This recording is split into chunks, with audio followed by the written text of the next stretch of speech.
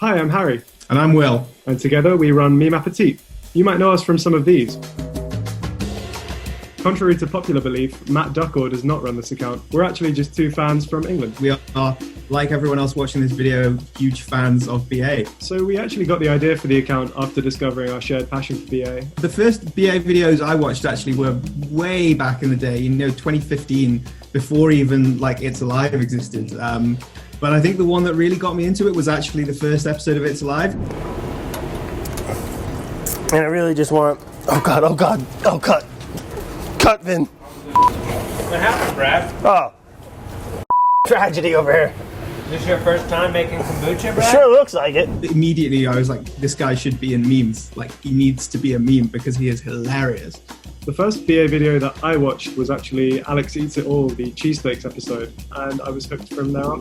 We're going to talk to some of the test kitchen staff today, and we're going to go behind the meme. Behind the meme. Hey, what's up, guys? What's up, guys? How are you? Hi, guys!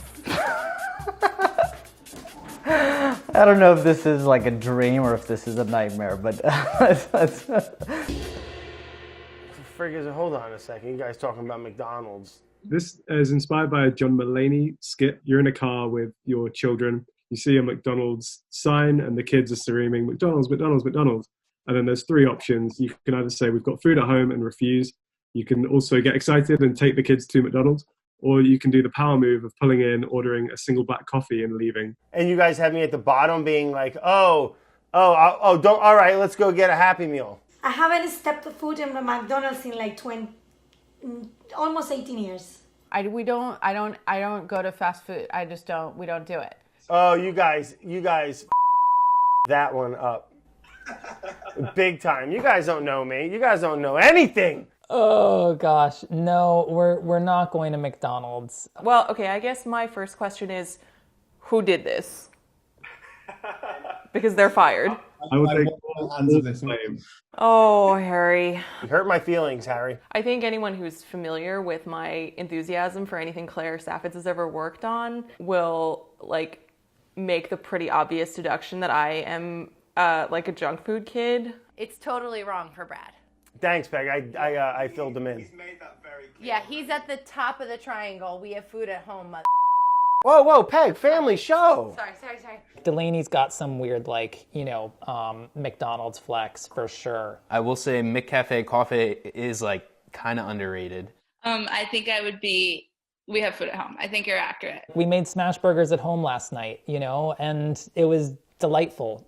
We had pretzel buns, and I put kimchi and gochujang on mine, and everybody was happy, The only food that I've eaten that hasn't been cooked by myself or one of my two quarantine mates was when I caved and went to the McDonald's drive-thru. I wouldn't be here. I would want to make my own McDonald's at home, but I wouldn't be forced. I would volunteer. I need another little bubble near Claire. I'm very excited to talk to Claire. Claire's been quite an elusive figure for us. She's never liked any of our posts. She doesn't follow us on Instagram. We feel like maybe she hates us.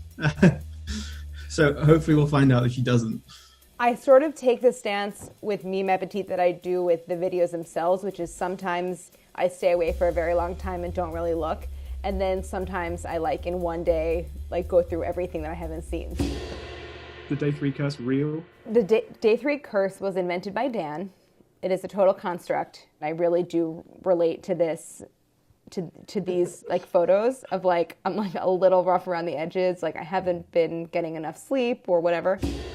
Oh, Delaney. Delaney comes down to the test kitchen more than any other person, and it's 5 times a day. And so I'm usually happy to see him, but on a Day 3 episode, I don't feel like explaining to Delaney for the 15th time that episode what's going wrong. I mean, look, if there's any way that I can get some of Claire's frustration out and she can get across the finish line, maybe I'm the unsung hero of Gourmet Makes in that regard. So many people sent me this. It wasn't a joke to send me this. They're we're actually worried about this.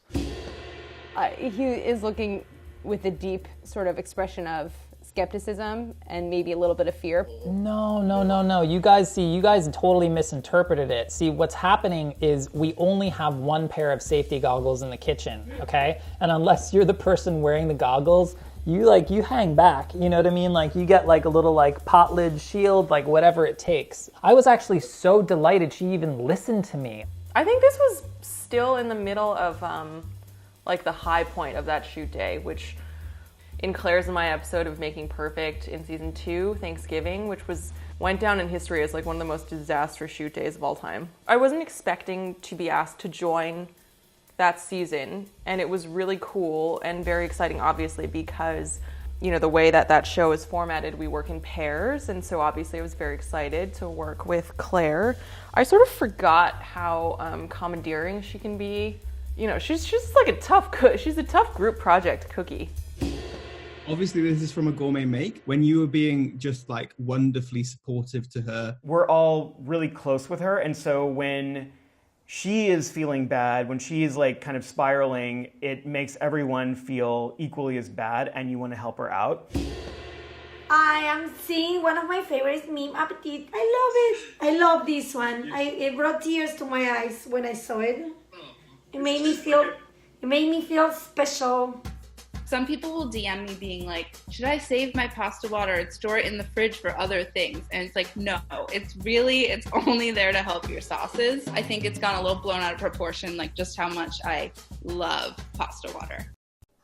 Braun is a professional wrestler, which perhaps you could tell. He was, at that time, the largest human we had. I think still by weight, he's the largest human who I've ever done a back-to-back with. This was the first celeb that the entire production crew was freaking out about. Like, Kevin was freaking out, Tyree was freaking out, like everybody behind the scenes knew who he was and was like getting photos afterwards. And of course, you know, I had never heard of him before in my life. I have like a theory on what this meme means, but I'm not like entirely sure. That's the cutest little puppy ever, down in Ecuador. Toby Goofy was his name. Final answer. Do you know where Toby Goofy is now? Golden Eagle swooped down and picked him up. Golden Eagle. I think that was my favorite one. It's so spot on. I mean, truly, like with my actual boyfriend, I was like, if you don't make it with my parents, like, it's not gonna work. Dad, this is Will and Harry. They run an account on Instagram. Like, look at this one. This one I've seen. Everyone's showed me this because people kept telling me I look like this chick, but I don't know who she is. I've never seen Scooby-Doo, so I didn't know if I was supposed to be offended or not. And then I did a lot of thorough research on Velma, and I'm like, I guess it's fine. I don't only own an orange turtleneck, but the day that I wore that, we shot like 6 things. So it just kind of looked like all I own is an orange turtleneck. Oh, I'll tell you what was happening here. This is a photo of betrayal masked by joy and rock and roll. But really what happened is that he took all the sumac out of my recipes. For God's sakes, I swear to God, that's gonna be on my like obituary. Like, I don't even get it. First of all, Brad discovered sumac maybe max 8 years ago. I probably had sumac within like 3 months of being born. So let's just like set that straight. Plus between Brad and myself, like I've developed hundreds of recipes, and Brad has definitely developed a few recipes, but I think I knew exactly what would be the best for both himself, myself, for the magazine, for the recipe, and for I don't know, most cooks. This is an evil betrayal photo disguised as fun. Final answer. And Adam Rappaport, our editor-in-chief, would not be happy with that decision if there was sumac in the cranberry sauce. He would like nix that right away. So I feel like I kind of protected Brad, to be honest. But also, like, this photo has gone around, and the amount of DMs I've received where it has to do with, like, I don't even know if I'm allowed to say this or if this will get cut, but just like the start of like a gay porn between me and Brad. It's too many of those. I actually have one of those plates in my house, the pie dish. That's basically me working from home. I miss work so much.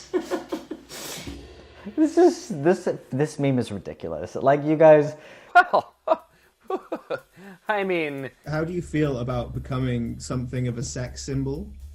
I wouldn't. I don't feel entirely comfortable with it. I'll say that much. I think originally the way that I was very generously reading it was, you know, Andy may be a snack, but a meal is a whole meal. But I don't think that that's necessarily what you were trying to convey here. But hopefully they're not just thinking about that, and they're actually looking at the food and reading the stories and watching the videos and not just looking at my ass.